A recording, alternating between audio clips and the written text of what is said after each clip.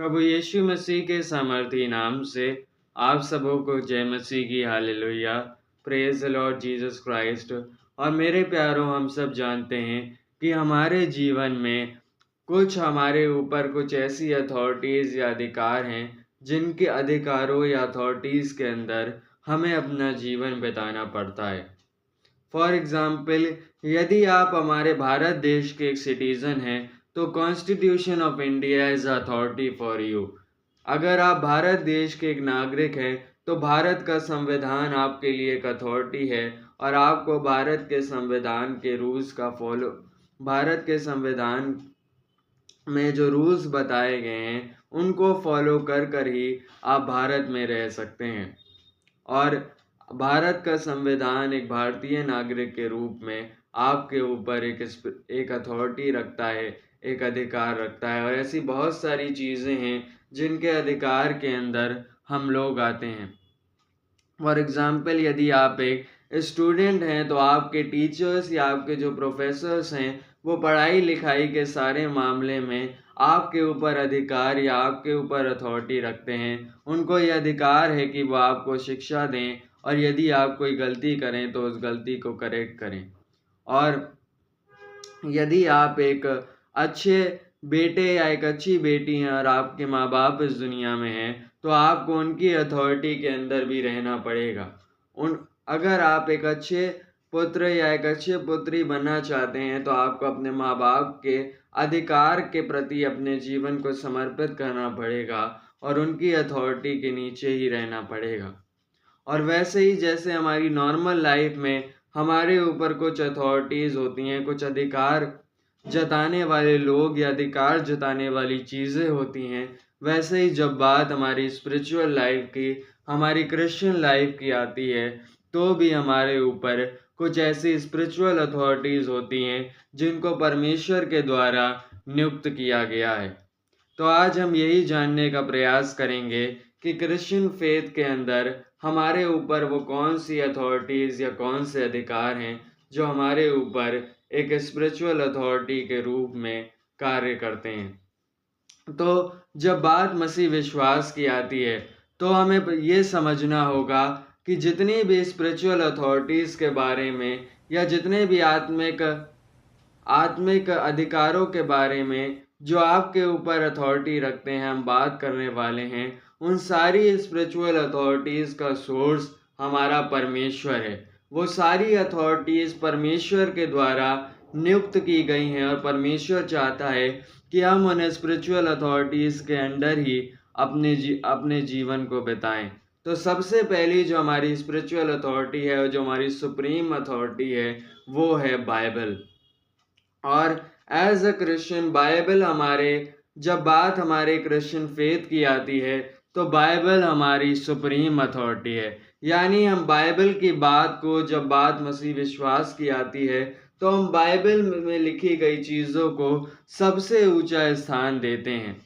और as a Protestant Christian मैं 16 बिबलिया या 16 स्क्रिप्चरा की डॉक्ट्रिन के ऊपर विश्वास करता हूँ। और ये डॉक्ट्रिन ये कहती है कि the Bible is the ultimate supreme authorities for Christians in the matter of faith.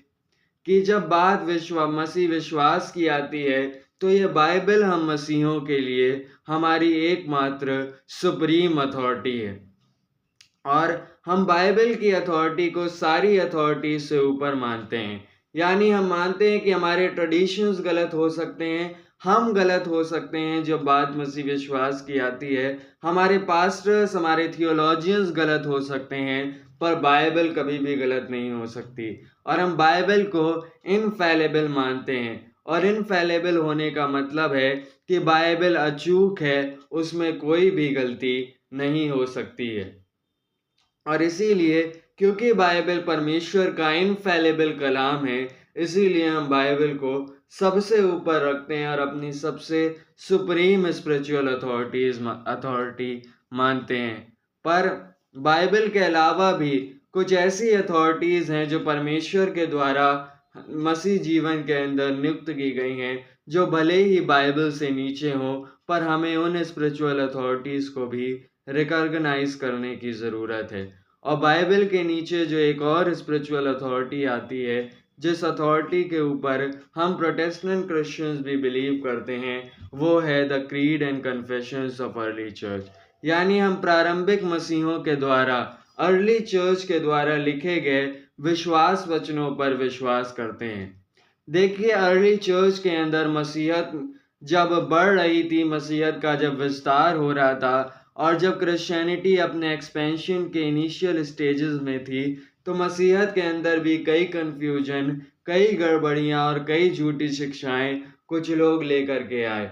और इन शिक्षाओं से आम मसीहों को बचाने के लिए और क्रिश्चियन फेथ को अच्छे से डिफाइन करने के लिए हमारे जो अर्ली चर्च फादर्स थे, हमारे जो प्रारंभिक मसीह धर्म पिता थे, उन धर्म पिताओं के द्वारा कुछ ऐसे विश्वास वचन, कुछ ऐसे क्रीड्स और कुछ ऐसे कन्फेशंस लिखे गए जो हम क्रिश्चियंस के लिए हमारे फेथ को समराइज करते हैं और हमारे क्रिश्चियन फेथ की एक समरी के रूप में काम करते हैं। और ये जो विश्वास वचन लिखे गए, ये उन अर्ली चर्च फादर्स ने पूरे क्रिश्चियन चर्च के बिहाफ पर लिखे, ताकि वो ये डिफाइन कर सकें कि आखिरकार क्रिश्चियन फेथ क्या है।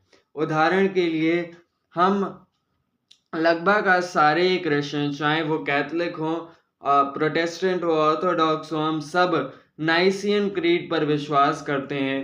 और बहुत सारे चर्चेज में नाइसियन क्रीड यानी नीकिया के विश्वास वचन को हम बोलते हैं। ये नीकिया का विश्वास वचन सन 325 एडी में लिखा गया था, और इस नीकिया के विश्वास वचन का मकसद भी एक ही था कि हम क्रिश्चियन फेथ को और विशेषकर जीसस क्राइस्ट की, यीशु मसीह की डिविनिटी को डिफाइन करें।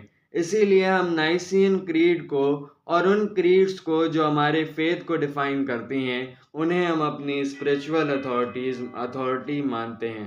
और हमारे चर्च के अंदर भी हम दो क्रीड्स पर विश्वास करते हैं। पहली है नाइसियन क्रीड और दूसरी है अपोस्टल्स क्रीड यानी प्रेरितों का विश्वास वचन। और भले ही हम इनको बाइबल से नीचे मानते हैं, पर हम इनको भी एक वैलिड स्पिरिचुअल अथॉरिटी की तरह मानते हैं।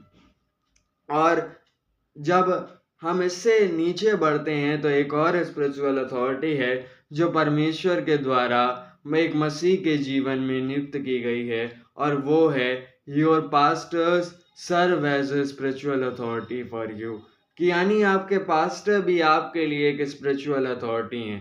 और भले ही आपके पास्टर का दर्जा बाइबल के बराबर ना हो, पर आपके पास्टर भी जब आपको वचन सिखाते हैं, जब आपको परमेश्वर का वचन वो देते हैं, परमेश्वर का आत्मिक भोजन वो आपको देते हैं, तो वो आपके लिए एक स्पिरिचुअल अथॉरिटी के रूप में काम करते हैं। और हर एक क्रिश्चियन को अपने चर्च के जो पास्टर्स या अपने चर्च के जो एल्डर्स या बिशप्स हैं, उनकी भी स्पिरिचुअल अथॉरिटी के अंडर रहना चाहिए। और देखिए, all Christian must submit to a pastor for their spiritual authority. कि हर एक क्रिश्चियन को अपनी स्पिरिचुअल अथॉरिटी के लिए, अपने मसीह अधिकार के लिए एक पास्टर के प्रति वफादार रहना चाहिए। और 16वीं सदी के महान प्रोटेस्टेंट रिफॉर्मर मार्टिन लूथर का भी ये कहना था कि जब एक पास्टर पुलपिट से परमेश्वर के वचन को बिना किसी मिलावट के साथ प्रचार करता है, तो परमेश्वर उस पास्टर के द्वारा खुद अपनी चर्च की कांग्रीगेशन के साथ बातचीत करता है। इसलिए आपको अपने पास्टर की भी स्पिरिचुअल अथॉरिटी के अंडर रहना चाहिए। और एक ही कंडीशन है जब आप अपने पास्टर को की स्पिरिचुअल अथॉरिटी को नकार सकते हैं, और वो कंडीशन ये है कि यदि आपका पास्टर बाइबल के खिलाफ जाता है या मसीहत की किसी आधारभूत शिक्षा को डिनाई करता है, तब केवल आप उसके खिलाफ जा सकते हैं। पर वैसे आप कभी भी चर्च के डिसिप्लिन को डिस्टर्ब नहीं कर सकते हैं, और अपने पास्टर्स की स्पिरिचुअल अथॉरिटी के अंदर भी आपको रहना पड़ता है। और आपके ही पास्टर्स नहीं, पर हमसे पहले जो महान क्रिश्चियन थियोलॉजियंस या महान क्रिश्चियन लीडर्स आए हैं, हम उनकी भी अथॉरिटी को मानते हैं।